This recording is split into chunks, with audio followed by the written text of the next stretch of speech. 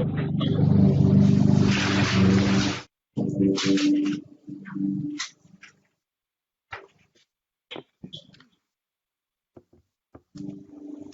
morning, everybody.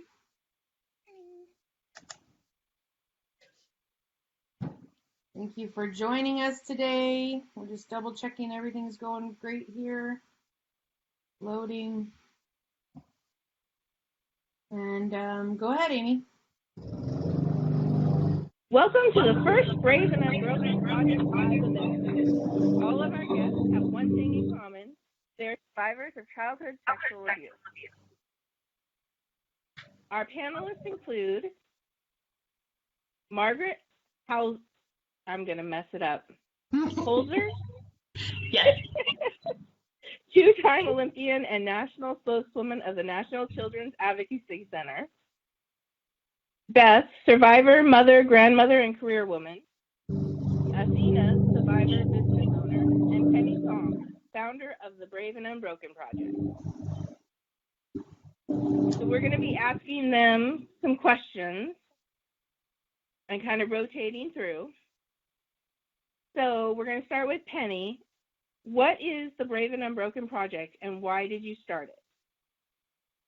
Thanks, Amy, and thanks for everyone for being here. The Brave and Unbroken Project is an organization that we developed to create a safe space for survivors to cross over from surviving silently to surviving out loud. And what we wanted to do was create spaces for people who don't have the news, the media, and famous background except for Margaret to be able to speak their truths and get the tools they need to move forward in their surviving. Okay. So could each of you give a quick synopsis of your trauma? Let's start with you, Margaret.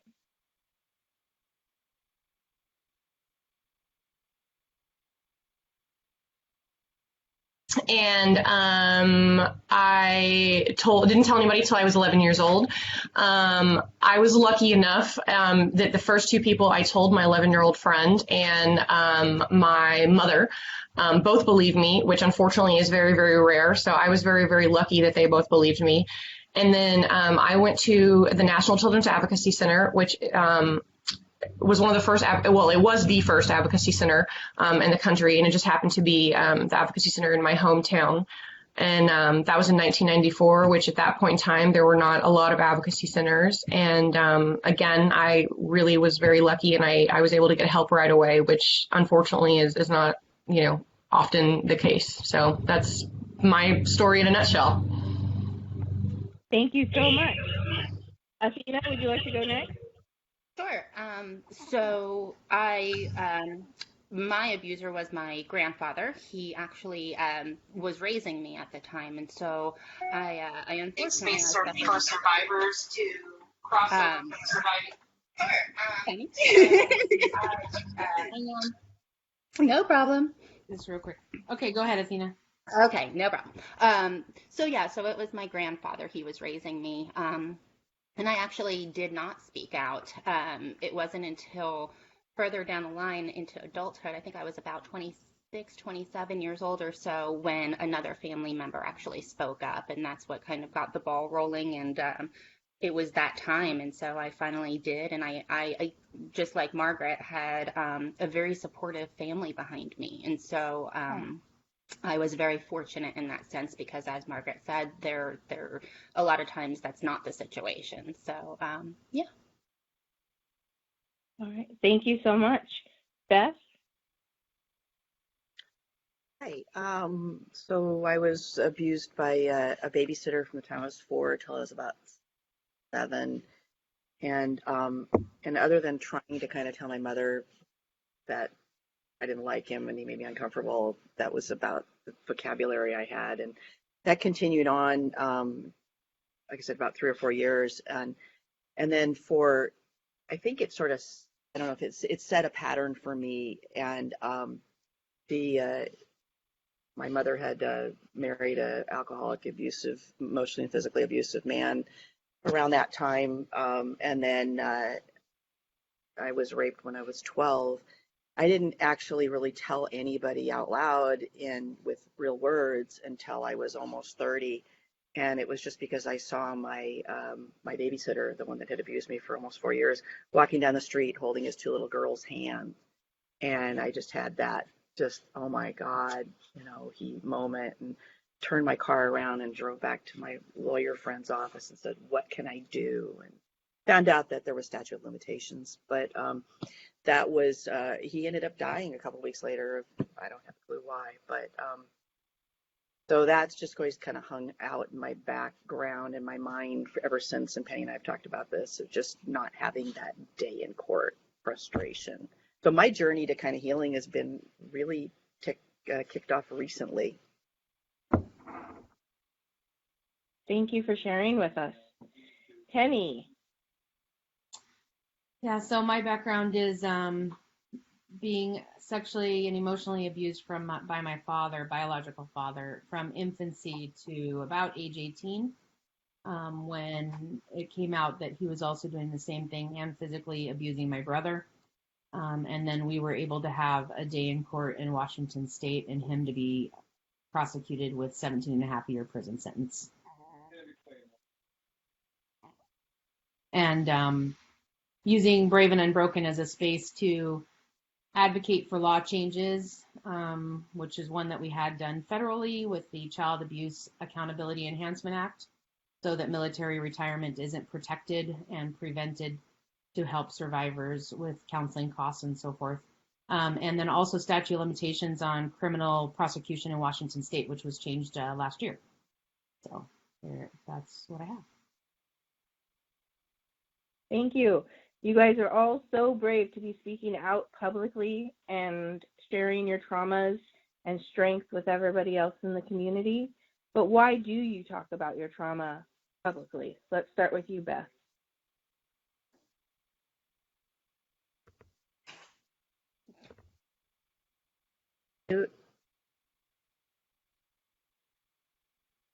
Yeah. Okay, sorry. Technical difficulties here. Like I said, this is a real kind of new journey for me to speak out.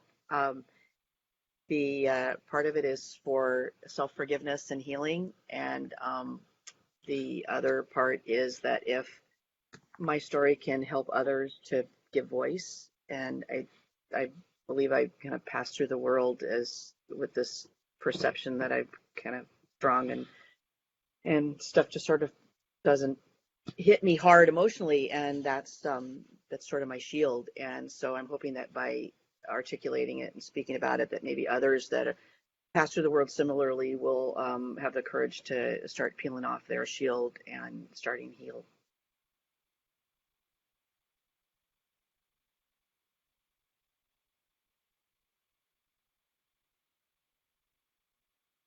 Thank you. Kind of got a little lag here, so I'm not sure. Does anybody else have any different reasons, or everybody pretty much just trying to help others?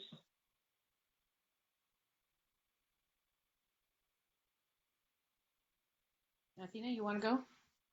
Yeah, I guess kind of piggybacking on what Beth was saying, it's very freeing for a survivor to be able to finally speak their secret that they've been holding in for however long it was.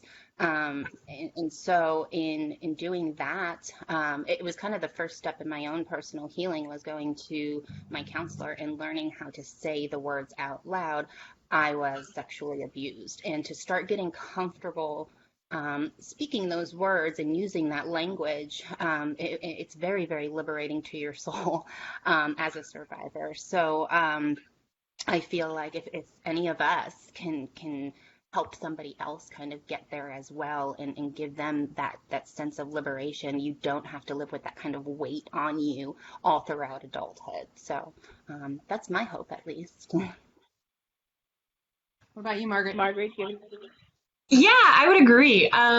It had been something I had thought about doing for a long time, and I think it was mostly just to let other people know that they're not alone in this, because I think there's this perception when you're going through it that you're the only person that this has happened to, and And that's a lot to do with the whole secrecy of it.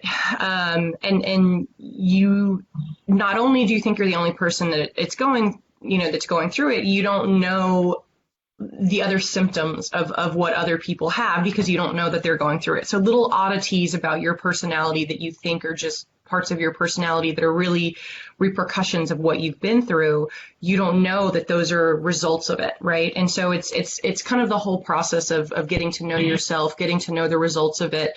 And then I think once I realized how common this is, I wanted other people to know that they're not alone, and that a lot of times we react obviously based on what we've been through, and that we're reacting quite normally to what's happened to us, and just kind of, I think, letting people know that one, that they're acting normally, and just kind of giving them the space to heal, and ultimately having that message that you're not alone, and that unfortunately this is common. But kind of reiterating what everybody said about it, it helps you to tell your own story, and then just starting that healing process. Yeah, I agree. I think for me, breaking the silence, you really open up a window for other people. I was constantly hearing, oh, I've never told anybody, I've never spoken of this, I've never talked about that. And so I found that, like, stepping out of, we're all surviving in silence, I think, at the beginning. How do we make it through every day? How do we get through prosecution or not prosecution? But to be able to step into the light and open up, I think really makes space for other people. Thank you. So how has the trauma you experienced impacted the way that you look at the world? Athena, let's start with you. Well, it's hard to say, because until you really start taking the steps on the journey of healing, you're kind of existing in, and let me know if, ladies, if any of you have experienced something other than this, but it kind of seems to me that you exist in this kind of like bubble almost of what happened to you. And that's all you know, and all you've known is how to survive that. And then all of a sudden you're grown up and you're out in the world, and you're supposed to not only survive that and not speak of that, but you also have to kind of integrate into regular society and try and be normal. So there were definitely definitive periods in my life that marked how I looked at the world. My 20s, I hadn't started healing yet. This hadn't even come out yet. And so I was in that whole time frame where I was, like I said, thrown out into the world and expected to just kind of survive. And woo, did it knock me back down a couple of times. And then it wasn't until in my 30s when I started to kind of go to counseling and deal with this and learn about myself, that I kind of shifted my perspective on the world and realized that it is a much bigger place full of many different kinds of people, that didn't have dysfunction necessarily in their lives. It still boggles my mind when I meet somebody that they just had a normal life, like no dysfunction, nothing crazy, no abuse, no trauma, nothing. I'm just like, wow, really? Yeah, it definitely broadens your view when you can start healing and kind of working through everything. I agree with that. I think I had a similar experience. I started going to counseling. I went to counseling as a child, and then I went back to counseling when I was 23. And at the time, it was actually, I was swimming professionally, and it was something related to swimming that made me go back to counseling. And specifically, I realized that I was having these reactions, like these emotional reactions that I thought were totally normal. And then all of a sudden it was like, oh, this isn't a normal reaction. What do you mean? Like, this is, maybe slightly extreme for what's actually going on. And then I think it's been later in my 30s starting to kind of realize, and I don't want to say getting back to normal per se, but I think, and part of that I think is just in your 30s, you start to maybe figure out who you are more as a person. Maybe that's what it is. But yeah, I think coming to terms with things a little bit more. And you're right. I would agree. Finding when you meet people that just, Pennie and I actually were talking about this yesterday. You meet people that have no idea and had these normal lives and kind of almost live in this bubble. And it fascinates me sometimes. And I'm like, wow, like, your world is very different than my world, which is really nice. I wish I lived in a world where everything was rainbows and sunshine, like, you know? So yeah. That's good. And we just had a comment that one of our viewers said, I have never trusted anyone around my girls because of it. And I think as moms, I think that's a really good point. Like, the only people who have ever babysat my kids were family.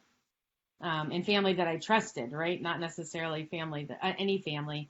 And then good friends where we've had the hard conversations around my background and the expectations. So, like Amy, just where it was very, very respectful. Go ahead, Beth. Sorry. Yeah, I think for me, I got married at 18 and became a mom at 20 and a half, and my world was just that. And I had a very tight group of friends that we all became first-time moms at the same time, and they're my sisters now, 39 years later.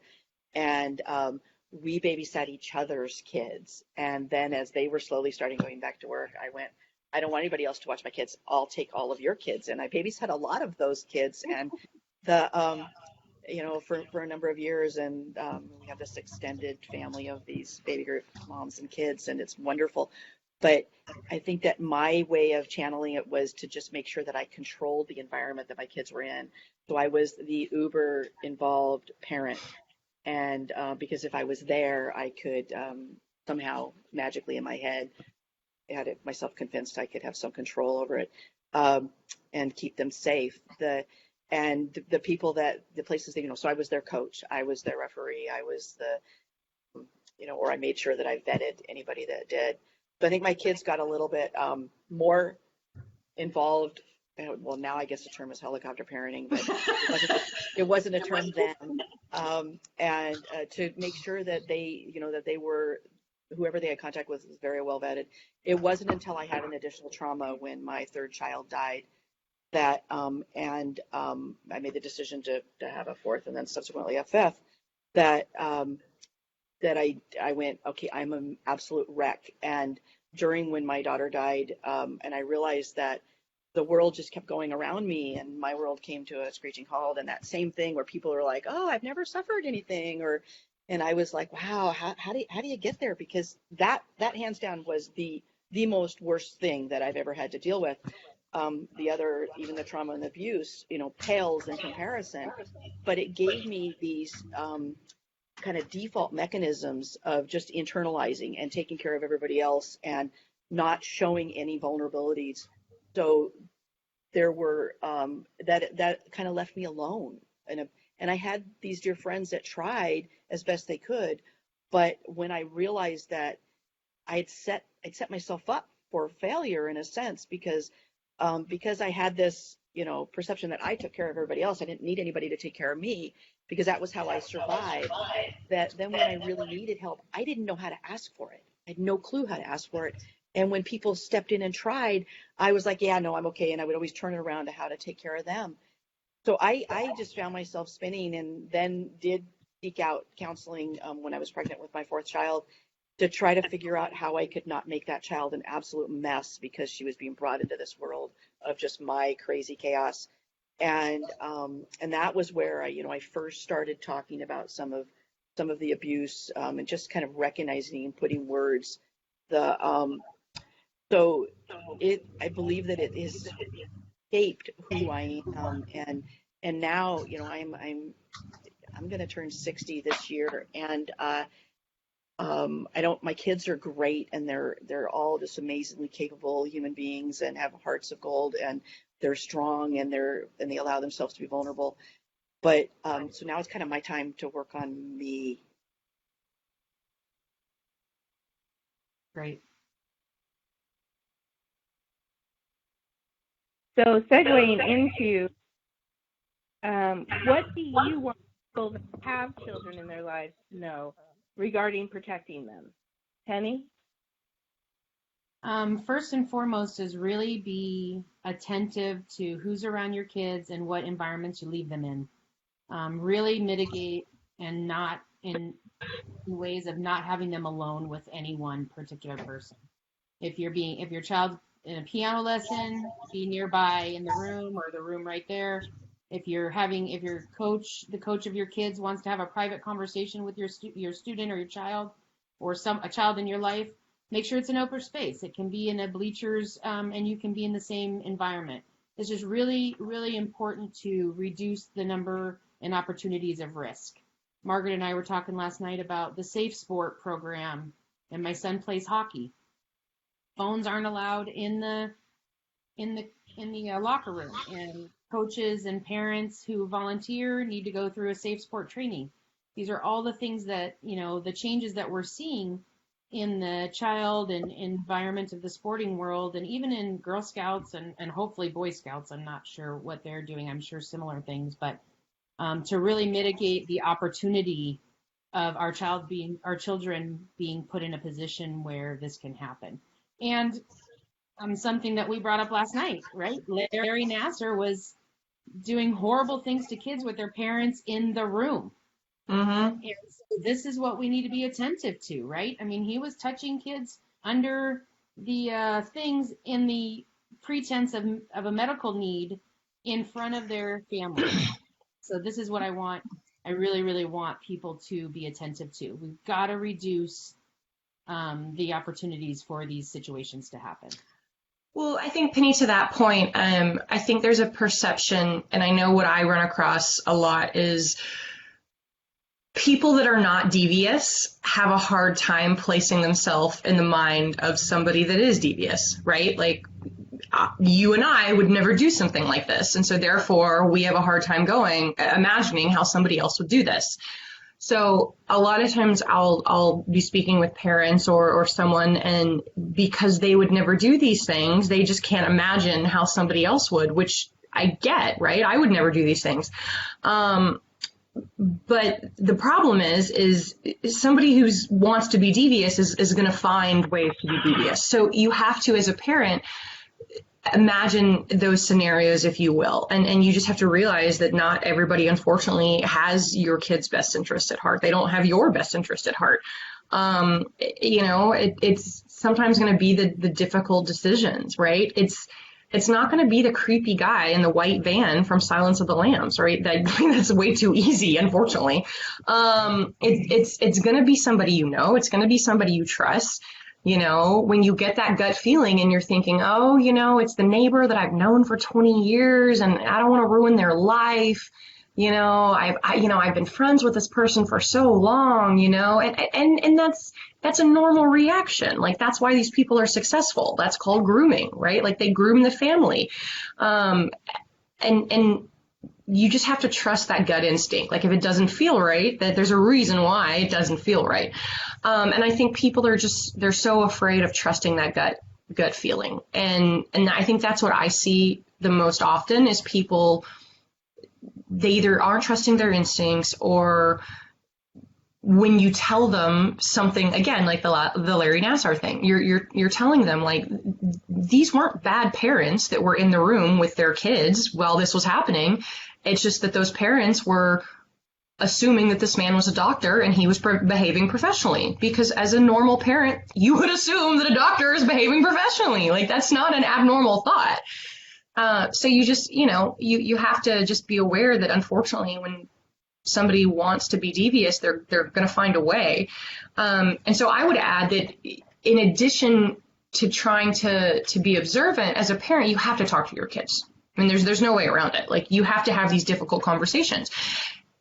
And I would argue that they don't have to be difficult. I mean, it starts with body safety and body touch, but first and foremost, the conversation is just establishing trust and having a conversation that you can always come to me with anything. I mean, that was the conversation that I had with my parents. You know, I always knew and I don't know what time it started. I don't remember that, but I knew from an early age that I could go to my mom with anything. And I knew I could go to my dad too. I was more comfortable going to my mom, I think just because she was a woman and I'm a girl.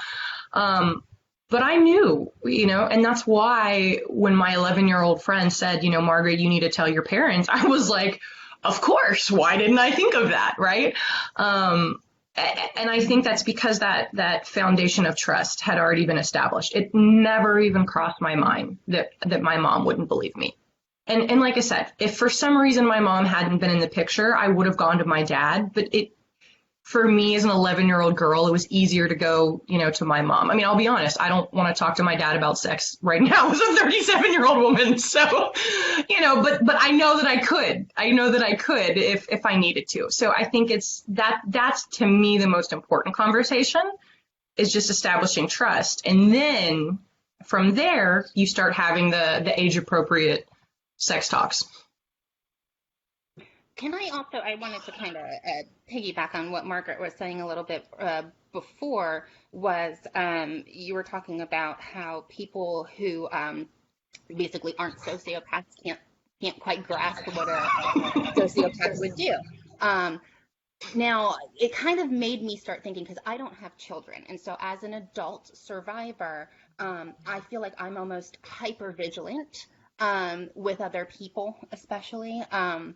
If I'm out in a public situation and I see something, it almost triggers a thought in my mind like, oh my God, why is that parent not aware that that child is in a situation where a pedophile could easily slip, you know, and it's always there. And it almost makes me feel like, are we, as survivors, are we overly hyper vigilant about this kind of thing? I mean, what about you guys as parents or as non-parents or as just, you know, survivors in general? Do you also feel that hyper vigilance toward children?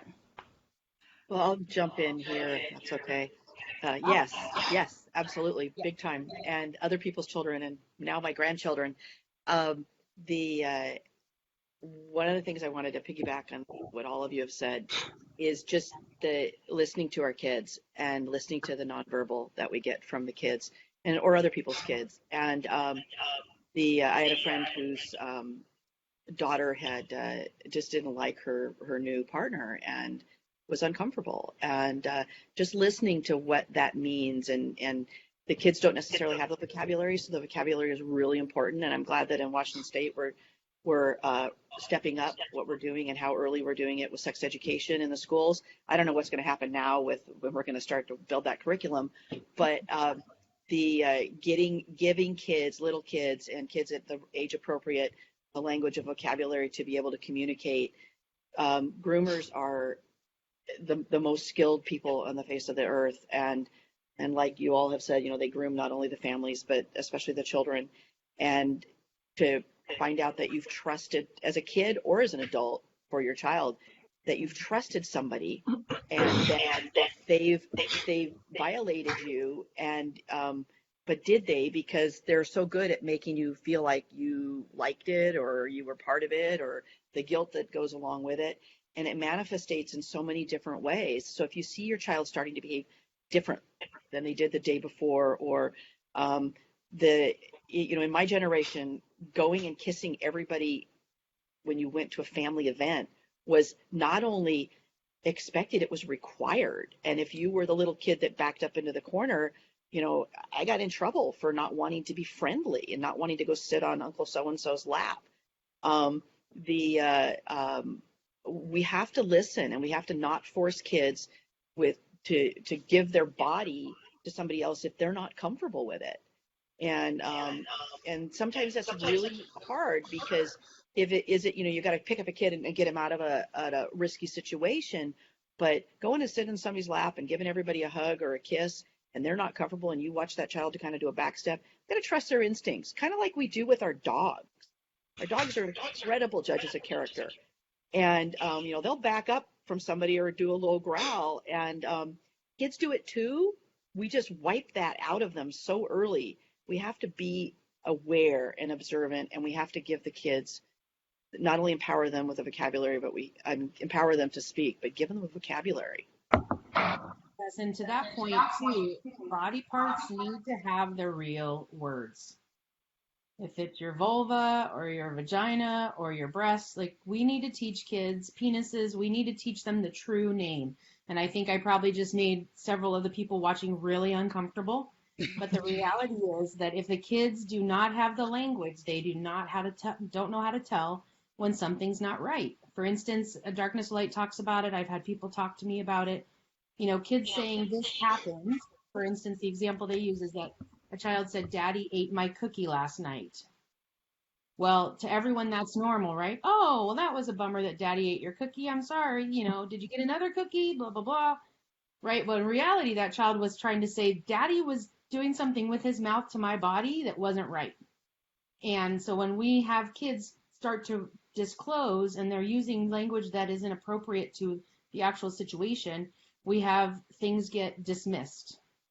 And so I think it's very vital as a second part is to, or a third part is to make sure we're using the right language. And I want to go back to what Athena was saying about, not to cut you off on that, because I agree completely with that as well, Pennie. But I want to go back to being saying about hypervigilance. I often have to like check in with someone else, and I will ask them if am I crazy? Because I feel like this should be common sense. Or am I being like over paranoid? And I will check in with like my mom or my friends, and I will ask them about certain things that to me, I get really annoyed at or really frustrated at, because I'm like, why is this person oblivious? Why is this person not like paying attention or noticing or, you know, whatever? And then I'll take a step back from it and I'll be like, okay, wait a minute, Margaret, like, not everybody has the same background as you. Not everybody maybe has the same knowledge or information about this particular subject, you know, and then I'll literally like almost check in with somebody and be like, okay, is this a normal reaction that I'm having? Or is this person actually just, or are they kind of naive and don't actually know? So I'll check in with people sometimes and kind of see, am I having the weird reaction or is it the other person? And I think, and it can be both. Sometimes I am actually being a little bit like over the top. And then sometimes I think it is that people, because this is a scary topic and people are afraid of it. And so I think people do tend to, I hate to say naive because I don't think that's the right word. But people are afraid of it. Like they don't want to talk about it. They don't want to think about it because it's scary, you know, and I understand that, but that's not going to help anybody by being afraid of it. So to what you're saying there, I'd like to add too, I don't know if overly vigilant or paranoid is even necessarily applicable, because you're talking about a world here where I live down in Texas, and I don't know how it is up there in Washington State or wherever everybody else is, but here trafficking is a huge problem. Kids are getting stolen right out of the stores here, and not only just the kids, the mothers are too sometimes, and it's a big deal here. And I think because of my background and what happened to me, I am so aware, and with all of the trafficking stories that I'm hearing and everything that's kind of going on, when I am out in public, when we're supposed to be out in public, you know, and I pay attention more, I feel like, even though I don't, like I said, I don't have children of my own, but I feel like I'm almost kind of like the mama bear to everybody else's kids, because no, maybe it wouldn't be on another mother's radar who hadn't gone through some sort of trauma in her past, you know? And so, yeah, if I were to see somebody in a store kind of being creepy or lurking or something, I might tap a woman on the shoulder and be like, hey, you may think I'm nuts, but at least I'm putting it out there and trying to keep your child safe. And it's hard to sometimes have that conversation without scaring people. It's hard to kind of say like, hey, so I hate to be the like Debbie Downer of the group, but this is really unsafe and I don't want all the kids in the group to get raped, right? Like nobody wants to say that, right? But there's been times when I mean, I'm a summer league coach, and there's been a particular situation that I've been arguing with. And I'm trying to not freak out all the parents and the entire group with a bunch of facts and statistics. And I don't want to just overwhelm everyone by throwing this stuff at them, because I know that they're good parents and they just don't know. But at the same time, I'm like, if I just scare everybody, I'm going to completely like overwhelm them and they're not going to hear what I have to say. But at the same time, I'm not doing anybody justice by just ignoring the situation and just going, oh, it's fine. You know, everything will be fine. So it's finding that balance sometimes. Well, being on the other side of that and have been raising my kids with Pennie as a really amazing friend, I can say that I appreciate the information, the education, the insights that she's given me. And as I lead several youth organization groups, trying to teach them to keep themselves safe and be aware. There's been several times when I've been out with my Girl Scout troop in public, and it's just kind of like, okay, girls, everybody over here, because I see something that, you know, maybe not everybody would have recognized, but somebody makes you uncomfortable. So you group them together, you protect them. And I'm very grateful that because of you all speaking out and you all educating, that I have learned to open my eyes, to be aware, to help protect the children that are in my care. And we had one So comment let's real quick, Amy. Oh, yep. One of our viewers said that, and this is kind of to Margaret's point, and the naiveness of the human nature. Remembering her daughter's first cheer competition, and the young girls are running around half dressed and saying to other parents that this is dangerous. That she was saying to parents, it's not. We shouldn't have kids running around half dressed getting ready. And she was told she didn't understand. And then the next day, the competition, someone was arrested for groping the girls. Wow. Or groping some girls during that competition. So it's very real. It's very there. And most of the time it's people we know. I think everyone here, you know, it's someone within your circle, a babysitter, neighbor's father, a family member, my biological father. It's there. It's, you know, your friends, dads, moms, whatever. So just another point. Well, you know what? Oh, Sorry. no, you go first. I just wanted to add one more little thing to what Pennie was saying there. It's important also that we tell non-survivor adults about what happened to us too, because I have heard things like, well, why are you sexualizing a child? You must have something wrong with you. No, I'm not sexualizing a child. There are people out there that are disgusting enough to sexualize your child, and I'm trying to tell you that they're out there and make you aware so you could protect your child. So I just wanted to kind of put that out there too, that the education of fellow adults is super important as well. Yeah, very much so. Go ahead, Margaret. Oh, I was just going to say, just in my life, off the top of my head, I know 5 perpetrators, and only one of them was my perpetrator. Like, I had 2 swim coaches that were perpetrators, and again, neither of them was my perpetrator.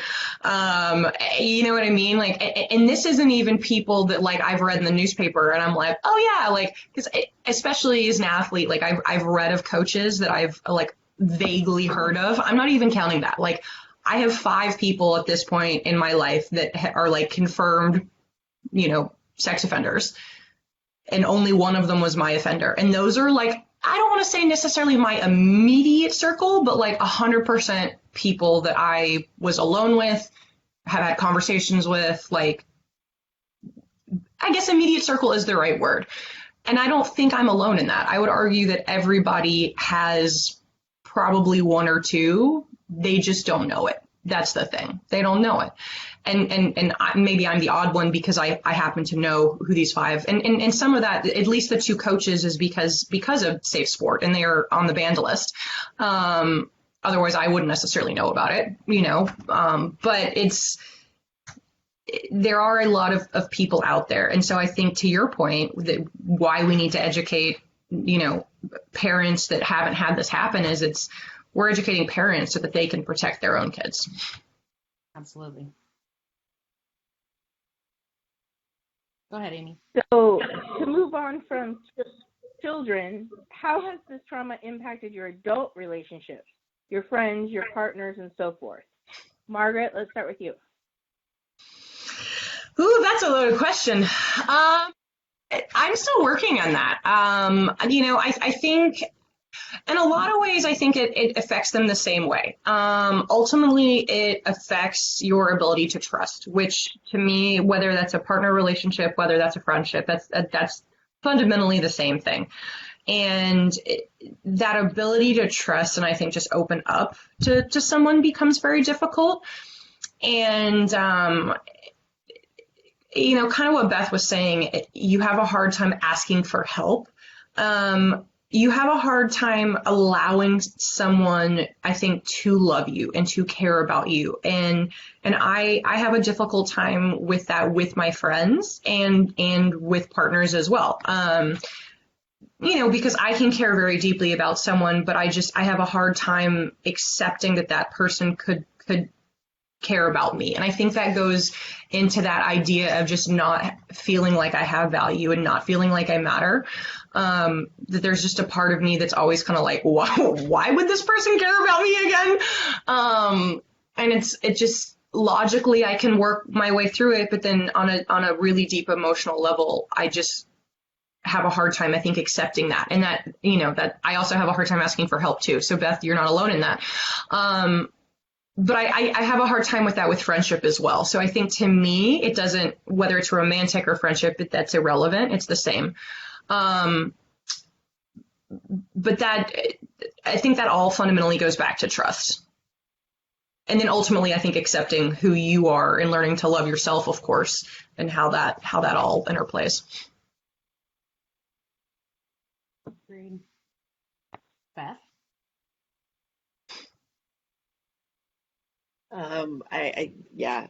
Ditto.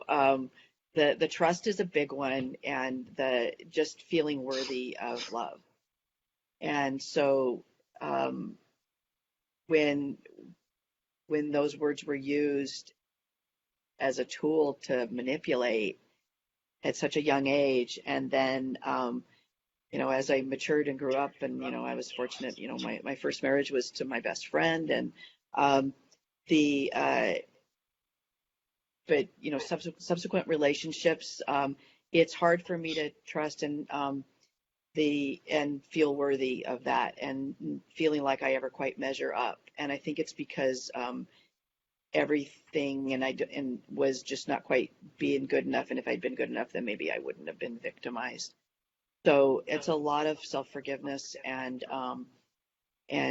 to have a real, true relationship, it requires vulnerability. My head knows that. Of course. But when I'm in the middle of it, it's hard to buy in. And my default is to roll up, and build the walls back up. And I can fake it really well. But truly to allow my heart to be vulnerable, which I know is essential to having a fulfilling relationship as an adult. And I to meet somebody that I click with and trust implicitly day one is rare, Pennie. So when it happens, I treasure it and want to learn from that. And again, my journey to this level of healing, and I've had a good life. Don't get me wrong. I've had a good life. I've had amazing accomplishments and am blessed with incredible friends. But there are tiers and layers, and I do know that my default is to just button it back up, trying hard to break that down. Good, Athena? Yeah, for me, I kind of feel like I refer to things in my pre-healing and post-healing. There's kind of two separate, really distinct sections of my life with that. Pre-healing, my relationships were always about just finding somebody to love me, because not only was I a child of sexual abuse, but I was also a child of abandonment. I was raised by my grandparents because my biological parents could not be in the picture. And so already you've got this child who's got abandonment issues because she doesn't have her biological parents in the picture. And then you want to compound that with childhood sexual abuse as well. And so I had just this need to have somebody just love me, and that's all I was seeking out for so long. And it was just like, every romantic relationship, it was just, if it wasn't working out, I wasn't the one to end it, because I was so desperate for somebody to love me. I was going to make it work no matter what, no matter how poorly that person may have treated me or how badly things may have been going. Fast forward now, as a post-healing adult, I feel like, no, that's no longer the case. I do have still some trust issues that you other ladies were speaking about. And it is hard for me to open up to people now, where it never kind of used to be. It's kind of different now. I'm more reserved as an adult.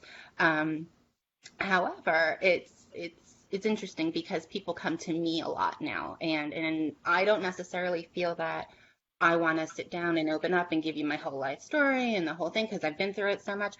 But people do feel that they can do that with me, which I think is incredible. It's an incredible blessing to me to have people come to me. And so actually, Pennie, after our podcast had aired, I had a couple of people reach out to me, and people I hadn't talked to in forever even, and just randomly people that I had just barely even associated with, reach out and say, hey, I feel comfortable enough and safe enough to tell you. I've never told anybody else, but I feel safe enough to tell you this happened to me. Holy cow. So yeah, it's definitely made relationships in my adult life certainly more interesting. Awesome. Yeah, and I was just going to say, I have a lot of deep connections with a bunch of junior high friends, because that was kind of my go-to years that were fairly good, but most of them would tell you that I kept them all at a distance. I always said everybody was at an arm length. You can know me this close. That's as close as you can get. And so breaking down those walls and allowing people in is hard. I think trust is a big deal. And do you ever really trust anyone all the way? I think we get there with certain people. I don't think we get there with everyone. I think we had a comment here that says, do any of you really trust anyone deeply? Have you healed enough to feel true trust? And I think that's a hard question. I think it depends on who. And something that I've had to learn, same as everyone who's talked, I don't ask for help very, very rarely. And I know that it's also a way, asking for help is also a way to be vulnerable and let other people love you. And I've really had to really work on that. And it's not so easy when you're a survivor. I think it's really hard. So to this viewer's question, do any of you really trust anyone deeply, and have you healed enough to feel true trust? We talked a little bit about it, but does anybody have added comments towards that viewer? I'll answer that. I have 3 people. My mom and my 2 best friends. I have 2 girlfriends that I have been best friends with since middle school. And they know who they are. And both of them have known about my abuse since probably high school. I don't know that I told them in middle school. I don't honestly remember when I told them. And then my mom, just because she has known everything, obviously, since I was 11. And we've had a probably different relationship, I think, than probably a lot of mothers and daughters because of my abuse. And because of that, there were a lot of conversations that she had to have with me at an early age. And because of the things that I was going through. And then, in my early teens and early 20s, when I would have experiences in emotions and feelings that my friends didn't understand, or, sexual things that just didn't make sense to me or that I was afraid of. And I couldn't really talk to people around me because they couldn't relate. I would talk to my mom about it. And it's not even that my mom necessarily understood, but I think needed that person that I could at least vent to. And so I had a little bit of a different relationship, I think, with my mother because of my abuse. But I would say I have three people. And hopefully to one day I will have a fourth. But I've never needed to have more people than that because I've always known that I had the three. But it's absolutely, definitely difficult to get to that point. Athena? You know, I'm fortunate. I do have a good support circle around me of people that I can trust. My family is, unfortunately, they're far away, but I know that any single one of them I could talk to at any time if I felt like I needed to. Of course, again, going back to the we don't reach out for help thing. No, I suffer in silence whenever I'm going through something, but I do have a husband that is very supportive, thankfully. Um, it's more of the new relationships, I'd say. If I'm making a new friend, that's when I have a hard time. The people that have known me for years, yes, I've established relationships. I've basically kind of weeded out all of the people in my life that I wouldn't be able to trust. So I don't even have to think about that. But yeah, it's newer friendships. It's you know, if I meet somebody out and I like the person, it's kind of the way Penny said. I tend to keep those people at an arm's length, although they'll open up to me, and I love it. Go ahead, talk to me. I am one of those people. I will love to hear, you know, what you're going through and your stories and try and offer any advice I might have. But you're probably not going to get too much from me. But yeah, I do, if I need to, if I really, really do need to, I am fortunate enough to have people in my life that I can trust. And Beth? Yeah, so for me, I think that more recent, I'm currently single, but more recent as I'm, venturing into, meeting new people, this subject is coming up. It's coming up earlier, and it's actually coming up. And I think historically, I'm like the fly fisherman. I'm casting out my line, and I'm little bits of bait out there, and based on how they react or respond or don't, then it's then that is the gauge on what I share or don't share. So I think that I've got amazing friends that I've never had this conversation with. I mean, I had never had this conversation in any depth with my children, and when we did the podcast, I let them know, oh, by the way, there's this podcast, I did this thing, and I want you to know before it goes live. And they know bits and pieces because they grew up with me, but historically, it's literally casting out, dropping little tidbits, and seeing who bites and how they bite, and then using that as how far I go or to what level. And but I do think that a lot of my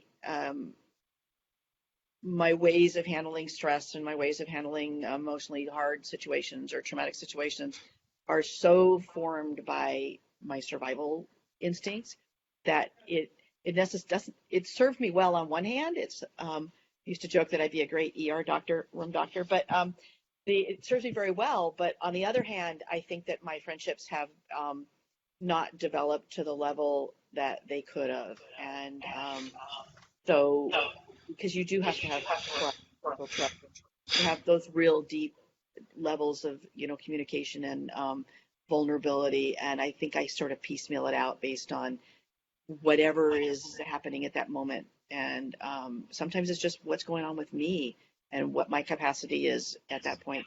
And it's much safer for me to, sometimes it's safer and easier if I just keep it in and just be the person they need me to be. So, but yeah, I do cast a lot. Good way to put it. Okay, Amy? All right. So, what was the hardest part about coming forward about your abuse? Let's start with Pennie. Well, I'll be honest. I really always thought I would take it to my grave. I didn't know that I would ever have the courage, and I didn't actually. It's because my brother spoke up in a kind of a traumatic situation where he finally just gave in and told what was going on with him. And my mom called me from work and said, you need to come home immediately. And even after that point, it still took me 2 full days before I could tell her, because she was so devastated. I felt absolutely horrible about adding to that in the moment. So, but once that was done, once I saw my mom stand up and do what she needed to do in her very, very frail state, and once my brother had the courage and the bravery to speak up, at that point it was like kind of like the floodgates had opened. At that point, it was like the time had come that, I talk about a lot. The time had come to no longer be quiet and hidden. But if it wasn't for him, I don't know where I would be at. I mean, my kids would be protected. There's no way they would ever be around him. But I don't know. I hope I would have the courage to, if I had to do it all over again, that, to be a little bit more brave. But the grooming and the violence, the statements and the risk was really, really high to take that risk and have any impact on my mom or my brother. So that's me. Beth?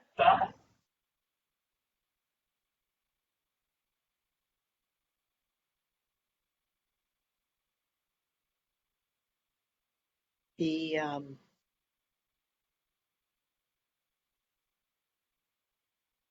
I think that doing it differently, I think what I've done outwardly, I feel pretty good about in terms of as an adult and trying to protect those that I can. What I internally, forgiving myself, learning to forgive myself for and or value myself and trust that that I am enough and okay, and the not second guess every single time somebody gives me a compliment, because every compliment goes through this whole filter, and I can't, it's so hard to hear, and because I think that those were grooming tools. So the compliments to me, I have to filter through this whole mechanism, and by the time I finally go, oh well, maybe I deserve that, I may have missed the opportunity, and so I think I might misrepresent and not be appreciative or show appreciation to other people in the way that they deserve, because they were genuine. So learning to forgive myself and to value who I am. And another thing, and it doesn't really answer your question, but I just wanted to say it, was the confrontationally, I believe that I don't fight back for me. I will fight back for everybody else, but I don't fight back for me. I will just go internal, and I will be very calm, and I'll just listen, and I'm having an entire dialogue inside my head. And I realize that that's confusing for the other person, but it's how I process in my survival. So I'm trying to learn to not do that, and it's a very I've been doing it a long time, and so it's a very difficult. It's one of my goals to try to be better at being in the moment and not just internalizing everything. But I think that those are those skills that got me to where I am. So they weren't without value, but learning to trust myself that I can deal with something right there.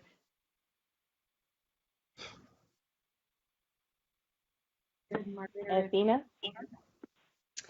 Uh, yeah, I just kind of, Beth just made me think of something about the whole, taking a compliment thing. I think, and maybe I'm wrong, but I feel like that's probably a common thread for all of us here.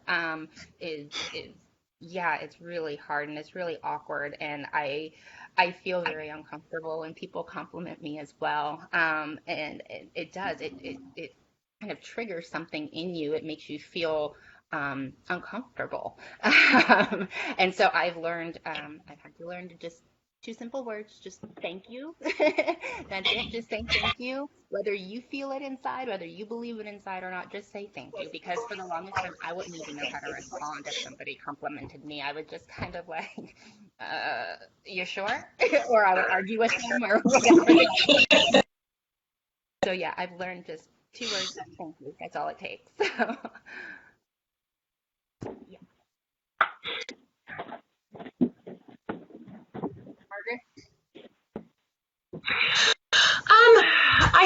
When I just disclosed, or when I went public with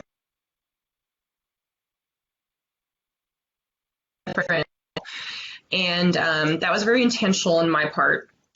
And my biggest fear with that was I wanted to go, when I told my story, I wanted to, I felt like if I was going to do it, I wanted to have as big of an impact as I could. And it was going to be in like my local newspaper, and nobody was going to read it. And then I was going to have a secret and told this. Hey, Margaret, you're freezing up on us.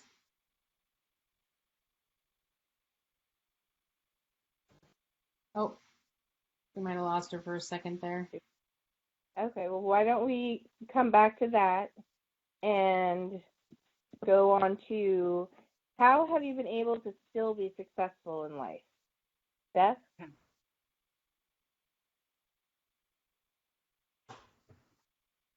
Well, that's a somewhat subjective qualifier there. I think, like everybody, I think in the room, we're all, I think I'm very good at compartmentalizing. And the drive to have everything I do not be to be as flawless as possible. So I do a kind of little risk analysis on pretty much everything I say or do. And I had a manager a while back tell me, you don't have to run everything through every possible negative scenario before you're willing to produce it or deliver it or send it on in an email or whatever project I was working on. It's okay to not be perfect. And I was like, no, it's not. So I think that the skills, again, the survival skills, the drive, it hasn't served me poorly in terms of skills. I work very hard to make sure that what presents out is what the other person needs and wants, and professionally. So that's a good job skill to have. Don't like to fail. Athena? Well, kind of, again, like Beth said, it depends on your definition of success. For the earlier portion of my life, I was always a good student. I did really well in school, but mostly it was out of fear. My grandfather being my abuser, not only was he obviously a pedophile, but he had other issues, I guess. He was also an alcoholic. He also he was verbally abusive, physically abusive. He was just an overall a bad guy. And so it's funny because people would say to me, oh, you've done so well. How, despite everything you went through, how is it that you're not out on the street? You're not in jail. You're not, this mess. And I've been given a lot of credit, and I kind of sometimes feel like I don't necessarily deserve all that credit because I was a really good student because I was too scared to not be. That all kind of proved to be true when I was in college and kind of out in the world experiencing being on my own for the first time after all of this, and trying to kind of figure all that out. The good student fell by the wayside really quick. That all went out the window. And basically ever since then, I've been kind of clawing my way through life, just trying to do something to try and make something of myself. And the last several years, my husband and I have been running a business. It's been very successful, and we've done really well for ourselves. But I wouldn't even say it's kind of due to any particular attribute other than we have to keep a roof over our heads. We have to survive. We have to put food on the table. So for me, success is more necessity driven and more survival driven. It's just what I know. It's what other choice do you have? You can either curl up in a ball and let the world wash over you, or you can just keep on going. And I choose to keep on going. So if you call that success, then cool.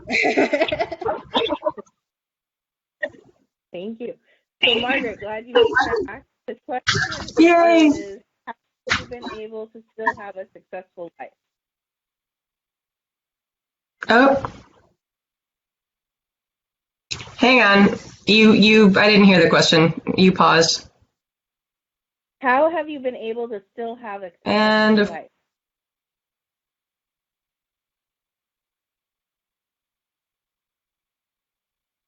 Are we there? Oh, no. I'm okay. Now I can hear you. Okay, I see you guys. How have you been able to have a successful life is the question.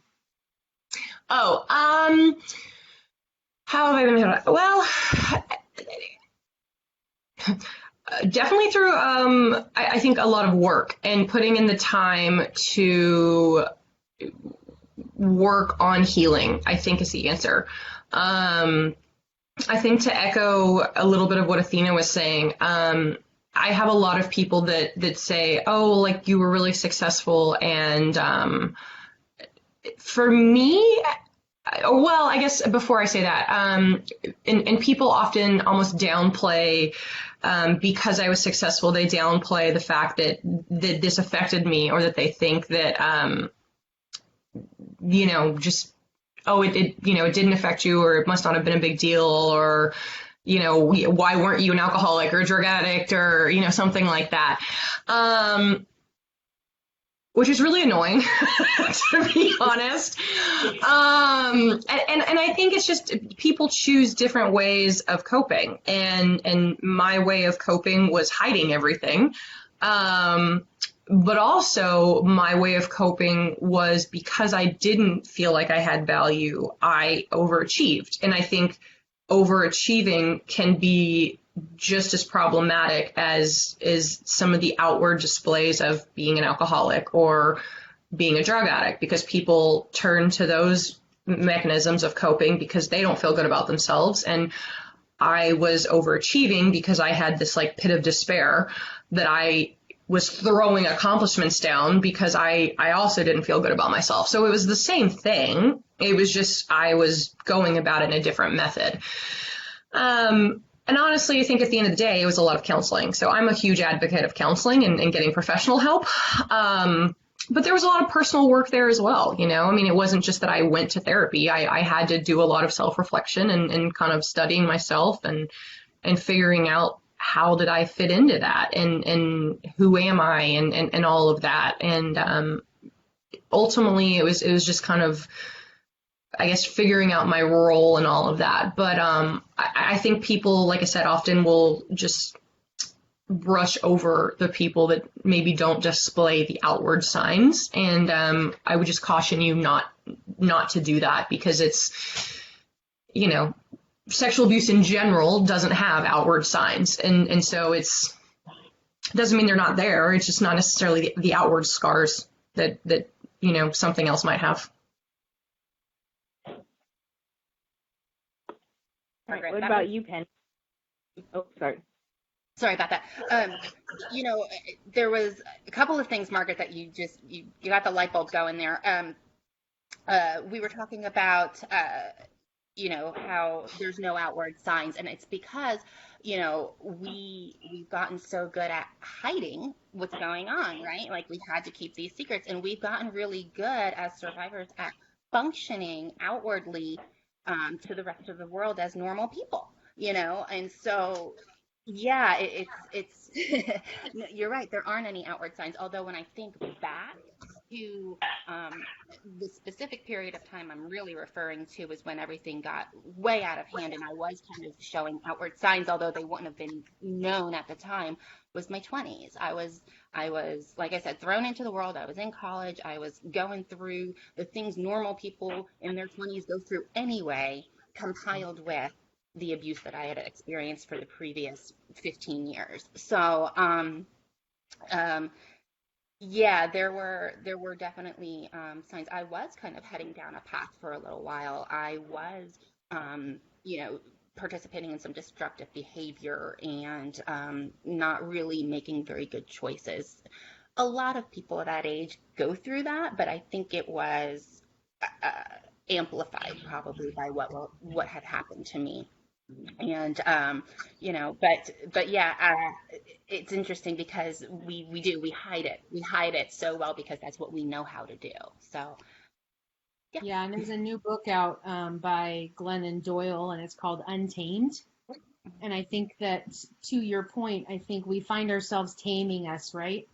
It's, for men and boys, the stigma is don't cry, and for women, it's to be strong and be able to manage life. I mean, there's a lot of articles right now with COVID going on about what's really on a woman's shoulders, or the household person who's, handling things and what that's like. So I think the taming of society causes us to get a place where, oh, you're so strong. Oh, there's no way there's anything wrong with you. There's, why aren't you this or why aren't you that? And I think that kind of fits into that.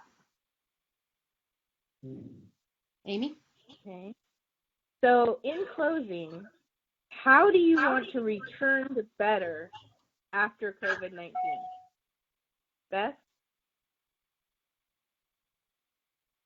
Amy, can you repeat that?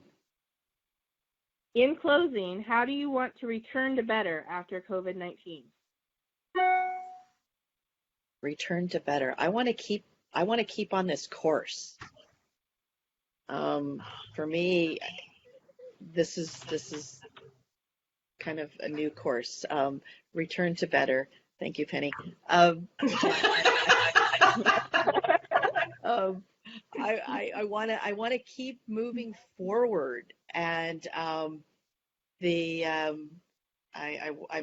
want to do more outreach, and I want to, if there is something that I can do to help others, that's what I need. I need to do that to help me, and but not like I did it before, not like just help others and with my shield on, help others and be part of that. Yeah, so I want to keep moving forward. Margaret? I think it's just being honest and continuing to have sort of unfiltered conversations like this. I've been a speaker for a while, and it's been interesting because I think as a speaker, I've always told a filtered version of my story. And some of that is because I do think boundaries are very important. And I will always say that if somebody wants to tell their stories, they need to know what their boundaries are. And I think first and foremost, your story is your story, and you don't owe anybody anything. And so you have a right to tell it in any manner that you please and in any way that makes you comfortable. However, there were certain things that I think I was told when I first started speaking. For example, I used the word victim in one of my first speeches, and I was sort of admonished for that. Someone told me like, oh, no, you can't say the word victim. You have to say the word survivor. And I was like, oh, I'm sorry, because I didn't want to offend anybody. And it's taken me a long time to kind of go back to that and go like, this is bullshit. Like, I can say the word victim. I was a victim, right? Like, for me, I use the words interchangeably because I don't have a problem with them, right? And that's totally fine if someone else does. But to me, they're the same thing. I don't care. I was victimized. There's no shame in that. Something happened to me that was out of my control, right? The flip side to that is I think that you have to earn the word survivor. I don't think it's fair to just label anyone a survivor. So I think that there's a politically correctness that people are worried about. And so I think to me, I just want to continue trying to be authentic and not worrying about what is okay to say and what is not okay to say. If somebody doesn't like what I have to say, that's okay. That's my opinion, right? Like if someone's offended by the word victim, that's totally fine. But I think it's learning to be more authentic and say things that are genuine and real, because I think ultimately you're going to reach more people. by having honest conversations. You know, all of us had different experiences, and all of us have different opinions and different things to say, and some of them are the same and some of them are different. But I think by all of us continuing to have real conversations, that's going to ultimately be what makes a change. Great. Athena?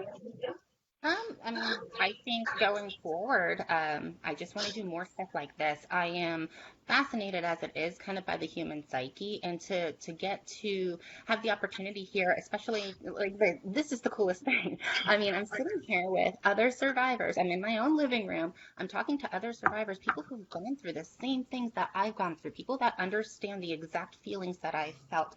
It is incredible to be able to, unfortunately, have that bond with people.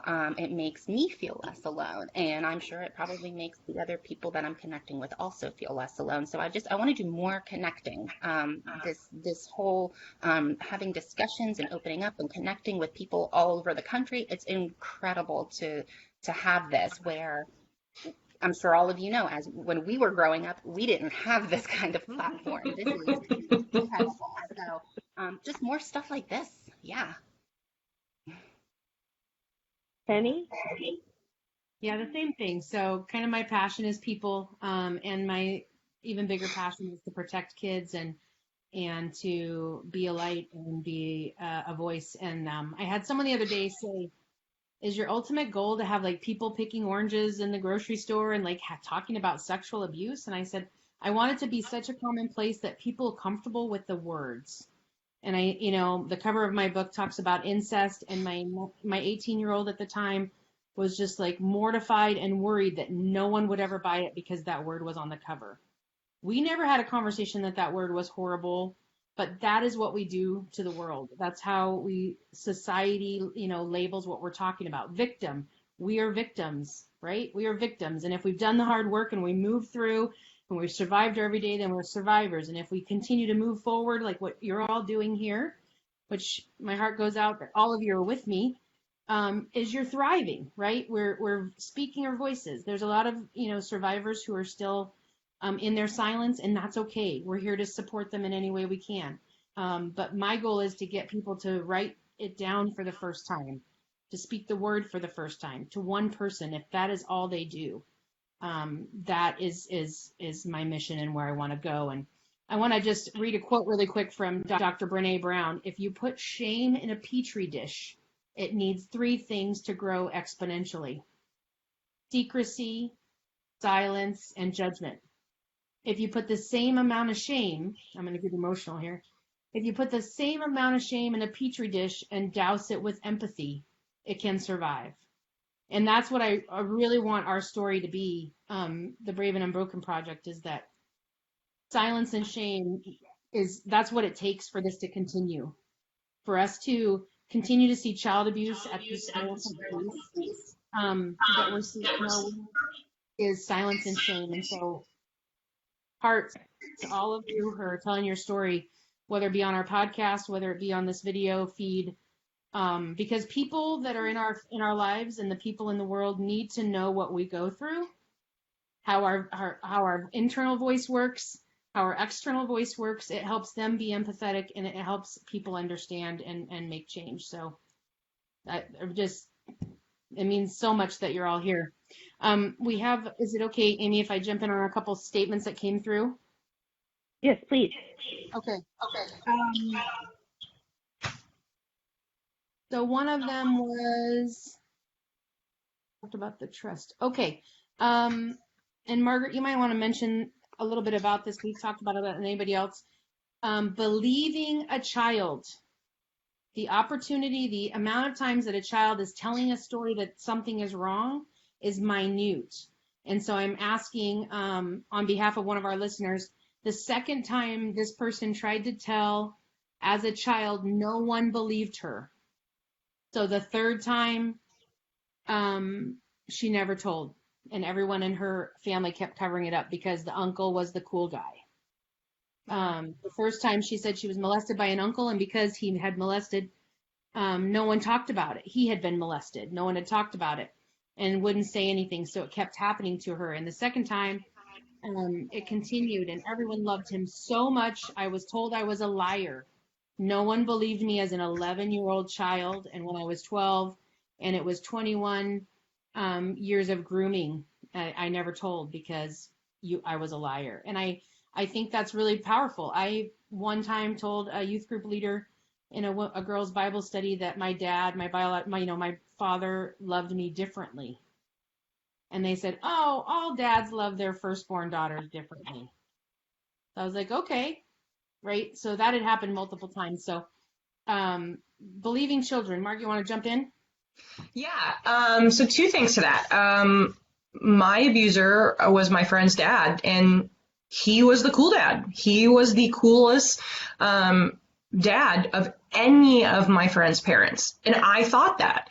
And the reason that not only did I think that, but other kids thought that was because this was the dad that was actively participating, right? Parents are normally pretty boring. Like they don't necessarily get in the game and play with the kids.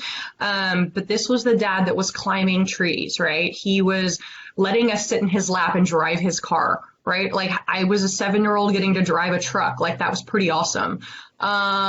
He would never say no if we wanted to go get ice cream. He would buy us ice cream. You know, my parents worried about things like you're going to spoil your dinner.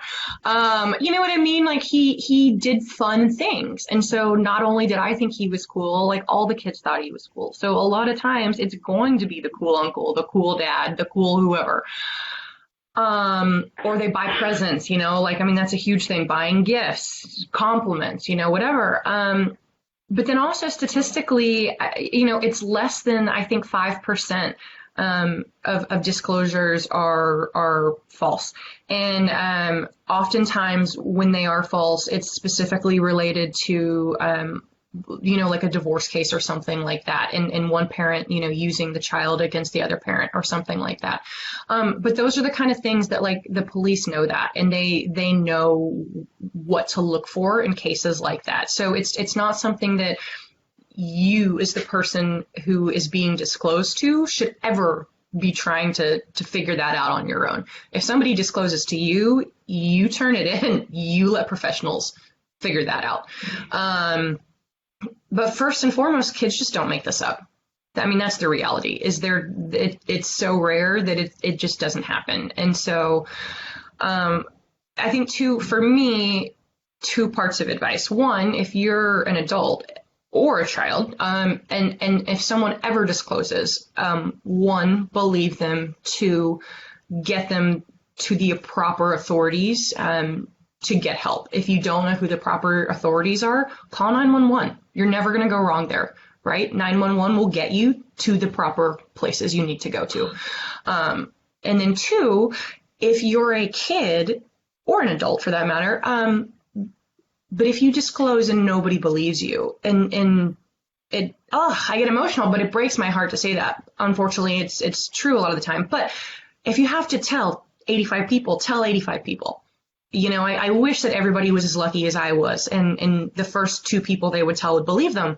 But somebody will believe you. So, you know, just keep trying.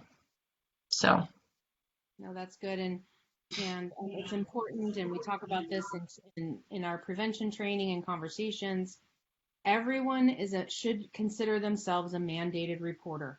If you are concerned, yes, there is nothing wrong with you picking up the phone, calling 911 and telling them that you need a wellness check, that you're concerned about the house across the street. There's kids there, or this or that or whatever. So please take that on as a responsibility of yourselves. And it's just so important. And something too that I want to just kind of point out, and I think this stigma and stereotype is on our male survivors, and we'll be doing another panel hopefully, if we don't get it in this month, next month, with some male survivors, but that if you are abused, you will be an abuser. The percentage of that is very, very low. And so I just want to make sure that if you're listening today, that you realize that that is not a real statement in 90% of the situations. And we, you know, and me as a, you know, as a mom and a parent, you know, I did worry about that, having kids, and when I watch people's kids and leaving doors open and being safe, But please know that that is a very slim amount of time that happens. Is there any other, Athena, Beth, you have anything you want to throw out? I mean, yeah, Margaret, you really hit the nail on the head there. I was gonna actually say exactly what you did with, children just don't come out of the blue with this stuff, and so as the adults here, it's our responsibility to hear them and to listen to them. If a small child tells you something like this, then you need to take it seriously because they don't just come up with this stuff. They don't just out of thin air decide that, I'm going to ruin this person's life. It's just not there. And I know that, kind of as society grows and as we make these conversations more common and stuff, that it is going to get better. But I know that previous generations, a lot of times kids would tell and things would just get swept under the rug. Not from my own personal experience, but from someone else's experience that I do know, they did tell. And it got swept under the rug because at that time, you didn't talk about things like that. You didn't say those words. It was taboo. You couldn't discuss those kind of things. And so it's important that we survivors that are now the adults here, it's important more than ever for us to kind of keep talking and keep getting these conversations going because it doesn't need to be swept under the rug. And like Pennie said, if you see something, say something. It doesn't matter if you come across as the paranoid lady across the street, at least you. So that's kind of how I look at it too. It's, if I see something, I don't care, I'll say something. Thanks, Athena. Beth?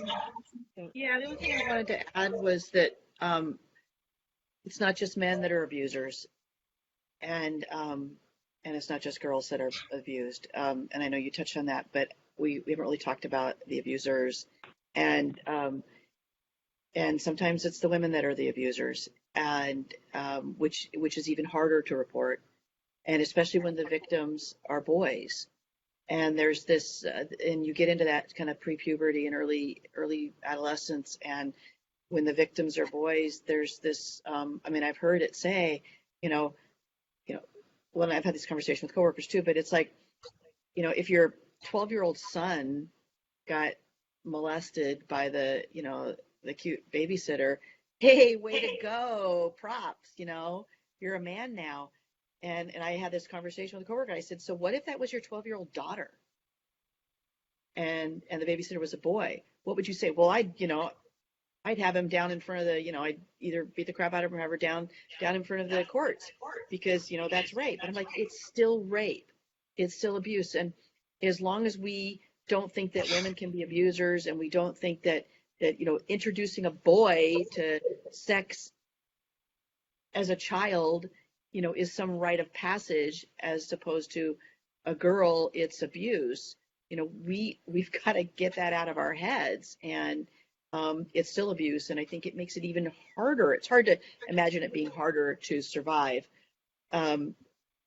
just the gender roles, but I do think it is harder. I think there are less avenues, and as many as there's so few for us, there's even less for boys, and less information out there on the stigmatization around it.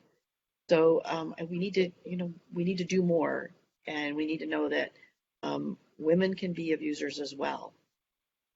Thanks for that, Beth. A couple statistics I want to throw out there just for those who are listening.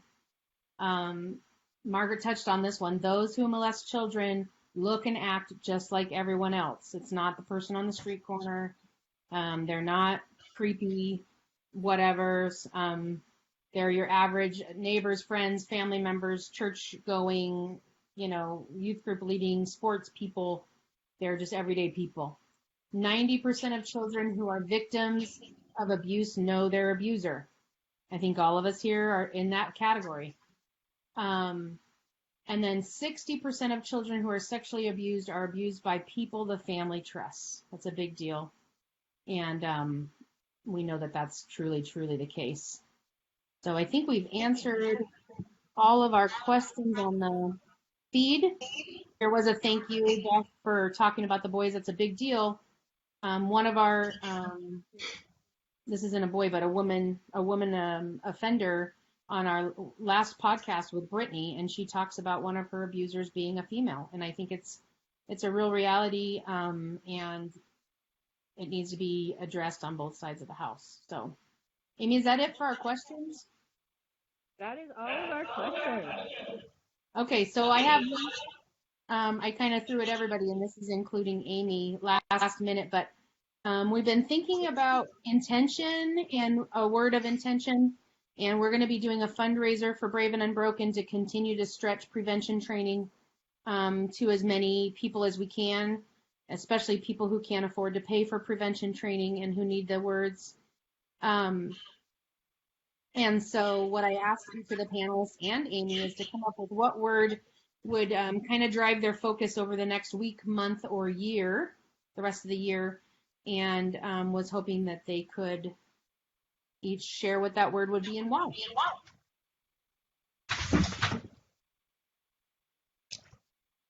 Anybody want to jump in? Sure, I'll jump in. Okay. Worthiness. Good one. Yeah, to believe that I am worthy,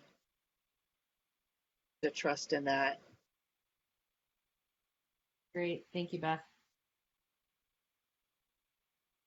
Anyone else? Oh, good. I think my word is going to be forefront. I am comfortable in the background.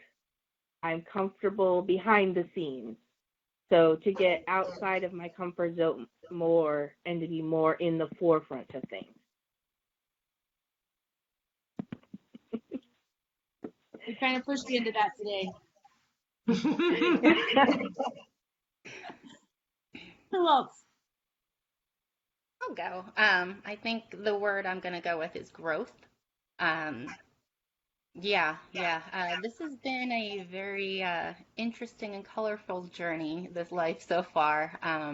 And I've come a long way, and I recognize that I still have a way to go. And so I want to focus on the growth part. I want to continue to grow and expand and thrive. Awesome. Thanks for that. I would go, my word's more for, I think, other survivors out there, and the word would be tell. And I think that just reiterates the wherever you are, not being afraid to tell your story, whether it's the first time, the 100th time, if someone hasn't believed you, continue telling, until someone believes you. Or again, just in your healing journey, not being afraid to tell friends, spouses, other people, it doesn't matter if it's publicly, privately, whatever, but just not being afraid that this is a part of your story, just taking ownership of that. Thanks for that. And before I share my word, we've got a couple more comments that came through that I just want to acknowledge. Really important to mention that women are also sexual abusers, which we addressed a little bit. It is the untold story. I was groomed, drugged, and doomed by a 36-year-old nun when I was 15 years old. And this is a female. It went on for 12 years because nuns are brides of Christ and not sexual beings. So thank you for that. Really appreciate you sharing your story here. Definitely a space for voices. And then awareness that I am a victim and not just a survivor, and that is still out there, and we still need to educate. Absolutely. That victim conversation was really powerful, Margaret, for one of our listeners, I think for everybody. So I appreciate that. And getting rid of the shame, that's a big deal. And we're all here. The Brave and Unbroken space is open and a great opportunity. You can get Margaret on her Facebook page. We've tagged all of our panelists and can help you connect where you need to be. And then I'll share my word, and it's because Beth called my word out before we started. My word is grace. And so one for myself, that in this weird environment that we're doing the best we can, but I want everybody else to embrace that and give yourself grace, especially right now, that you are handling and doing the best that you can, and give yourselves an opportunity to take a break if you need to, and do some self-care. That's really good. So we've had over 100 watching, along with some others on a couple other pages that I'm monitoring. So thanks to everyone for being here. I couldn't be more happy. I think it turned out exactly what we had hoped, and the engagement was fantastic. So sending love to everyone. I truly appreciate all of you being here, and everyone turning in. So thanks so much.